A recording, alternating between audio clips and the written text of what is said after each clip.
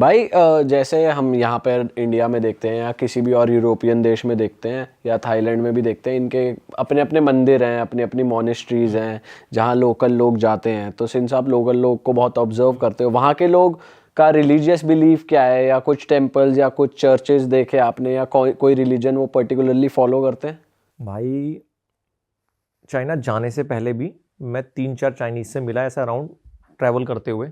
मैंने हमेशा उनसे भी पूछा कि भाई आपके यहाँ कौन सा है, तो उन्होंने बोला हम एथिस्ट है, हमारे यहाँ एथिस्ट है। तो मुझे समझ नहीं आया था, मतलब यार क्योंकि हम तो देखते हैं कि कुछ ना कुछ तो होता ही है ना, जैसे गोरे कितने एडवांस हो, हैं तो क्रिश्चियन ही, जीसस हो, इंसान परेशान होगा कहीं तो जाएगा मांगने। हाँ कहीं तो जाएगा, चाहे कितने ही नास्तिक होते हैं गोरे, कुछ भी हो जाए।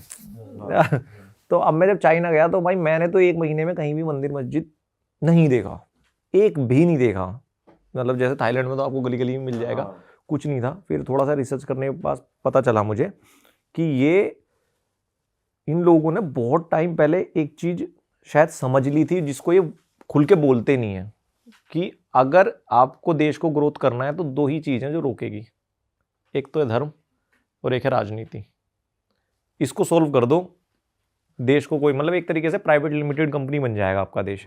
जैसे कहते हैं ना कि ये कंपनी 4 साल पुरानी थी, आज $1 बिलियन बन गई। सरकारी कंपनी नहीं बन सकती, तो हम सरकारी कंपनी है सारे देश, और वो प्राइवेट लिमिटेड है। तो उन्होंने ये चीज़ डिकोड कर दी। अब वहाँ पर अगर आपको नेता बनना है तो आपको पहले धर्म छोड़ना पड़ेगा ऑफिशियली, ये रूल है। अच्छा, तुम्हारा धर्म नहीं हो सकता। उसके बाद जो भी ऐसे फेस्टिवल्स होते हैं जहाँ पर जैसे त्योहार से रिलेटेड होते हैं, उसमें आपको ऑफिस में आना और खाना खाना है, कि कहीं आप व्रत तो नहीं रख रहे हो। सारी चीज नोटिस कर रहे हैं, सारी चीज नोटिस कर रहे हैं। और 60% से ज्यादा लोग ऑफिशियली कागजों पे धर्म छोड़ चुके हैं, तो दे आर एथिस्ट, उनका कोई भी धर्म नहीं है। 20% वो जिन्होंने अभी कागजी कार्रवाई नहीं करी है, बट वो भी छोड़ ही चुके हैं। और 5-10 में जो बाकी के सब आते हैं। पर जो लोग फॉलो कर रहे हैं वो क्या फॉलो कर रहे हैं, जो बचे हुए हैं जो? भाई दिखता नहीं धर्म तो। अच्छा, हाँ दिखता नहीं। मैंने सिर्फ पूरे चाइना में एक देखा था चाइनीज जिसने मुस्लिम वाली टोपी पहनी हुई थी, बट वो भी ग्रुप में था, और जिस हिसाब से वो घूम रहे थे, वहाँ चल रहे थे, तो इट वाज लाइक कोई टूर लेके आया है और वो बता रहा है कैसे चलना है कैसे नहीं चलना है। अच्छा, आप कह रहे थे मोहम्मद नाम भी नहीं रख सकते वहाँ ये पे मैंने लोग? सुना है, इसका मैं कंफर्म नहीं कर सकता, बट मैंने सुना है कि Mohammad you can't have a surname like this Mohammad, और ये अच्छा, हाँ। और वो वहाँ पे ऐसा भी सुना भाई, दलाई लामा की फोटो वोटो नहीं होनी चाहिए फोन नहीं भाई, में। नहीं होनी चाहिए। ऐसा क्यों है उनके दलाई लामा के साथ? भाई क्या मेन तो ये है ना कि उन्होंने तिब्बत एक्वायर किया है, तो अगर कोई भी वहाँ का उनका एक तरीके से फेवर करेगा तो घर में स्लीपर सेल हो गया ना, तो फिर वो आगे भी बढ़ाएगा इस बात को। उनके यहाँ सिंपल है, कोई भी चीज उनको ऐसा दिखती है ना कि ये अगेंस्ट जा सकती है, कम्युनिटी बना सकती है, उसको ब्रेक कर देते हैं।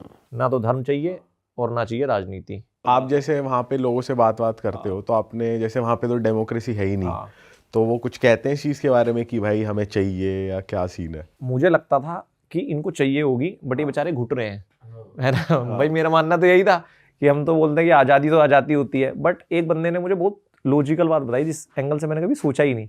मैं था चोंगकिंग में, चोंगचिंग है या चोंगकिंग है, वो जो 380 सिटी है, तो उसमें मैं वीडियोस बना रहा था। तो बंदा पता लगा ही लेता है कि भाई ये व्लॉगर है, वीडियो बना रहा है। तो मैं जाके बैठा, तो बहुत ज़्यादा गर्मी थी उस टाइम पे, तो बंदा मेरे पीछे बैठा था, 2-4 लड़कियाँ थी, वो ग्रुप था पूरा। तो बोला यार आप व्लॉगर हो? मैंने बोला हाँ। तो उसने मेरी प्रोफाइल दिखी और यार हमने पहली बार किसी मतलब ऐसे कंटेंट क्रिएटर से मिले हैं, कितने फॉलोवर हो। तो बात होने लगी, और उस ट्रांसलेटर से ही कर रहा था मैं, वरना तो कहाँ कर पाते हैं बहुत, तो इसलिए अच्छी से बात हो पा रही थी। तो वो बोला आप इंस्टा दे दो मुझे। यार इंस्टा, यार तेरे यहाँ तो इंस्टा चलता नहीं, तुम्हारे यहाँ तो चलता नहीं। तो वो कह रहा है कि मैं ना सरकार के उस विभाग में काम करता हूँ जिसमें मेरे पास एक्सेस है। अच्छा, तो इसका मतलब एक तो बात देखो कि उनकी गवर्नमेंट भी एक्सेस लेती है, मतलब ये जो हम वीडियोस देख रहे हैं, ये गवर्नमेंट ही उसको प्रमोट करती है कि भाई हम तो कर सकें, बट हमारे अंदर ना आ सके जो ये कंटेंट डालते हैं। ठीक है, फिर ऐसे ही मैंने उसको पूछा, जब वो बोला कि इंडिया की हम वीडियोस देखते हैं टिकटॉक पे, यार उसमें ऐसा ऐसा होता है फूड का गंदा वाला। अब तूने तो मेरे तार छेड़ दिया, मैं भी छेड़ूंगा। फिर मैंने उसको समझाया भाई ऐसा नहीं होता, और वो कोरिया वाली वीडियो दिखाई थी कि देखो ये आए थे, इनका भी पर्सपेक्टिव बदल गया। तो कहता अच्छा। तो मैंने बोला अब तू मुझे एक बात बता कि तुम्हारे यहाँ जैसे डेमोक्रेसी नहीं है भाई, ठीक है कि। और सबसे बड़ी बात ये थी कि उनके लिए बहुत बड़ी बात थी कि मैंने जब उनको बताया ना मैं ट्रैवल ब्लॉगर हूँ, मैं ट्रैवल करता हूँ, इस देश में जाऊँगा, और हम तो कभी नहीं जा पाएंगे। मैंने क्यों? तो कहते यार पैसा ही नहीं है। पैसा मतलब तुम तो इतने आगे बढ़ रहे हो, तो वहाँ ऐसा नहीं है कि सब लोगों पे बहुत पैसा है, क्योंकि ये हमने अक्सर सुना है चाइनीज बहुत अमीर होते हैं पैसे। वहाँ कुछ लोगों पे बहुत पैसा है। तो GDP ऐसे बढ़ जाती है, जैसे घर में 5 बालक हैं तो उनमें से एक बहुत अमीर हो जाए तो घर की GDP बढ़ गई ना भाई, गाड़ी तो घर के बाहर ही खड़ी होगी। ये थोड़ी पता है 4 भाई भिखमंगे हैं। तो वो वाला सिस्टम है। तो मैंने बोला ठीक है भाई, तो वो बोला कहाँ जाए, मैंने थाईलैंड वाईलैंड चला जी, ऐसी बात हुई। फिर मैंने उसको ये बोला कि भाई तुम्हारे यहाँ जैसे डेमोक्रेसी नहीं है तो आपको लगता नहीं, मेरी फट भी रही थी बात बोलने में, क्योंकि जब मैंने वहाँ का सिम डाला हुआ है ना, तो मैंने ये तक भी सुना है कि वो जो सिम डालते हैं ना, मतलब काफ़ी चीज़ें ट्रैकिंग हो सकती हैं आपकी, क्योंकि ऐप भी उनके डाल रहे हो, अली पे भी डाल रहे हो, अली पे भी माइक्रोफोन का एक्सेस होता है। आप एक तरीके से किससे पूछ रहे हो तो उनके सरकार के खिलाफ ही तो बात कर रहे हो ये। पर मैंने फिर भी पूछ लिया, चूल तो है ही अपने कि भाई क्या, तो मुझसे बोला, उसने मुझे बताया कि भाई हमारे यहाँ पर ना 4 साल 1959 से लेकर 1962 के आसपास बहुत तगड़ी भूखमरी आई थी। तो हमारे यहाँ क्या है, हम चाइनीज़ में ज़्यादा फ्रीडम एंजॉय नहीं कर सकते। वो हमारे कल्चर में ही है कि जैसी अगर हमें फ्रीडम मिलती है ना, तो हम उसमें बहुत ज़्यादा, इसको क्या कह सकते हैं कि उंगली पकड़ के हाथ पकड़ने वाले लोग होते हैं, अय्याश हो जाते हैं, ज़्यादा ही फैल मतलब सब जाता गुड बना लेंगे, फिर एकदम से मतलब अनरेस्ट हो जाता है सोसाइटी में। ये हमने देखा हुआ है हमारे इतिहास में, शायद आपने पता नहीं, इतिहास में सबसे ज़्यादा भूखमरी में कहीं लोग मरे हैं तो चाइना में मरे, करोड़ों लोग। वो इसी सिविल अनरेस्ट और पॉलिसीज की वजह से हुआ था। तो अब उनके अंदर ये बात आ चुकी है कि हम ऐसे हैं कि हमें कंट्रोल करना पड़ेगा। और ये भाई मैंने उनकी सोसाइटी में देखा है, आप 1000 कैमरे के बीच में भी यार फेंक सकते हो सामान, तो आप मतलब बहुत अंदर से खलीफा आदमी हो। सोचो अगर नहीं होगा तो क्या करोगे, है कि नहीं। मैंने भाई लड़ते हुए देखा है इनको, इतना गाली गलौज करते हुए देखा, चिल्लाते हैं फोन पे। तो ये हैं मेट्रो में भाई, हमारे यहाँ अब लोगों में सिविक सेंस है कि मेट्रो में साइड खड़े हो, एक 70 साल के बुड्ढे को हमारी उम्र का जवान लड़का बॉडी बिल्डर ऐसा टक्कर मार के गया भाई, अंकल ऐसे शक्तिमान की तरह घूम गए। ठीक है, मैं एक बार पीछे भी निकला, उतरने के लिए थोड़ा पकड़ लूँ भाई, क्या यार देख ले, और वो जानबूझ के मार के गया है। और यंगस्टर्स का देखा आपने, कुछ नाइट लाइफ देखी वहाँ, वो पीने के बाद क्या हरकतें हो रही हैं, स्ट्रीट्स कैसी हैं, सेफ है नहीं है, या कुछ ऐसे कोई आपको बोल देता है कुछ भी चलते फिरते, ऐसा हो रहा है। जैसे यूरोपियन कंट्रीज़ में हमने बहुत देखा है कि लॉन्डो का ग्रुप चल रहा है तो वो किसी अकेले जाते हुए कोई या लड़कियों को ही छेड़ देंगे, वो भी बहुत बदतमीज होते हैं यूरोपियंस। तो ऐसा कुछ देखा आपने चाइनीज़ यूथ में कि ऐसा कुछ चल रहा है? यार देखो, ऐसा तो मैंने नहीं देखा, उनका मतलब एग्रेशन मैंने बिहेवियर के अंदर ही नोटिस किया है।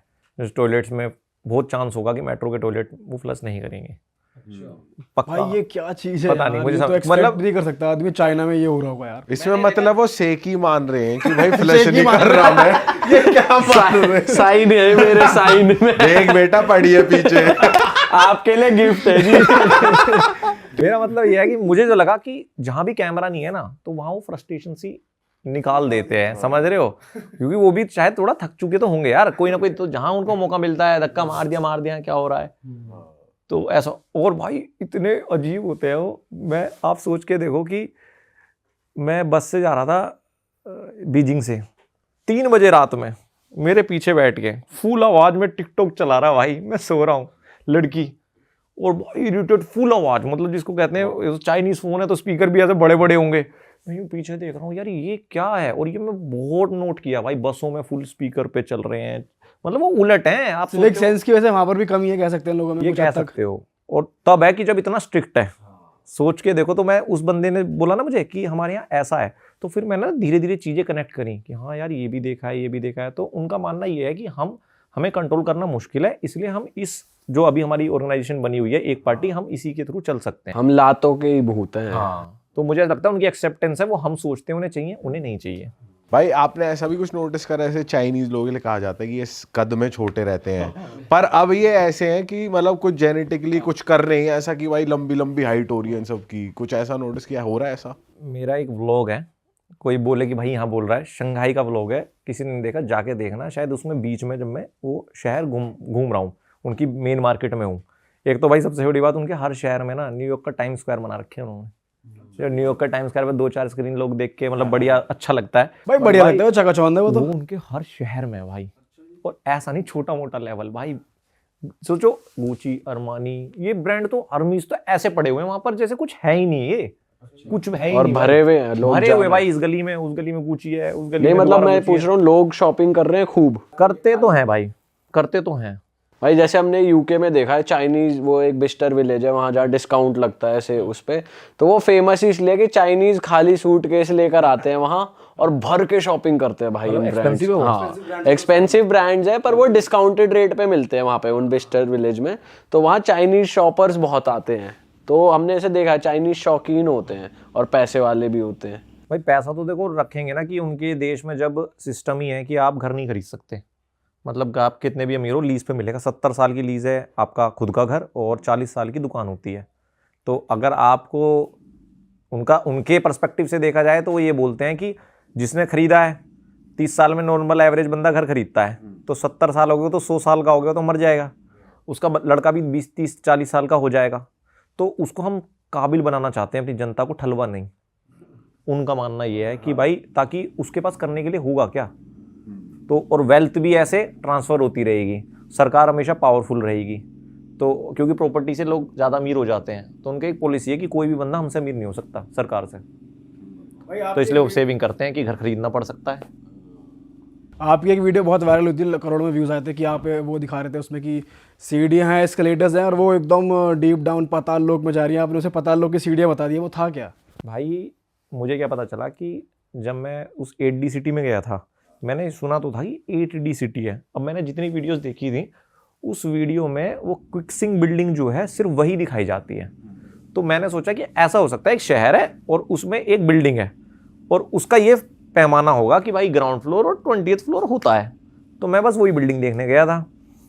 तो जैसे ही मैं उस शहर में गया, मैंने अपना होटल बुक किया हुआ था आसपास ही सिटी सेंटर के तो वो आ गया, मैंने चेक इन किया अपना होटल में। जैसे ही मैं चेक इन करके कि चलते हैं भाई बाहर घूमते हैं, तो आदमी क्या करेगा बाहर जाने के लिए, सबसे पहले किसी भी फ्लोर पे वो ग्राउंड फ्लोर जाएगा। मैंने ग्राउंड फ्लोर बटन दबाया, मैं बाहर निकला, यार ये जगह तो कुछ अलग सी लग रही है, जहाँ से घुसे थे ये तो वो नहीं है। तो क्योंकि आप बाहर निकलो जिस रास्ते से थोड़ा पता चल जाता है, मैं थोड़ा सा ऐसा हुआ। अब उससे पूछूं भी क्या यार, उसको समझ ना आए, है ना। मैं दोबारा एक्सीलेटर पे गया। अब मेरे साथ जो नैना दी उसने बोला कि यार 11वें फ्लोर से आए थे हम। मैंने बोला यार 11वें फ्लोर से कैसे आ जाएंगे, कैसी बातें कर रही है तू, 11वें फ्लोर से टैक्सी कैसे छोड़ जाएगी हमें, हम वहाँ तो हाईवे था। कहती 11वें से आई, मैंने देखा है, मैं भी यही देख रही थी, मैं बोली नहीं 11वां फ्लोर लिखा है। भाई मैं गया, मैंने 11वां फ्लोर दबाया और वहाँ हाईवे, 11th फ्लोर पे वहाँ सामने मॉल है, वहीं वो मुझे छोड़ के गया था, वही गेट था एंट्री का। 5 मिनट तो भाई मैं हैंग सा हो गया।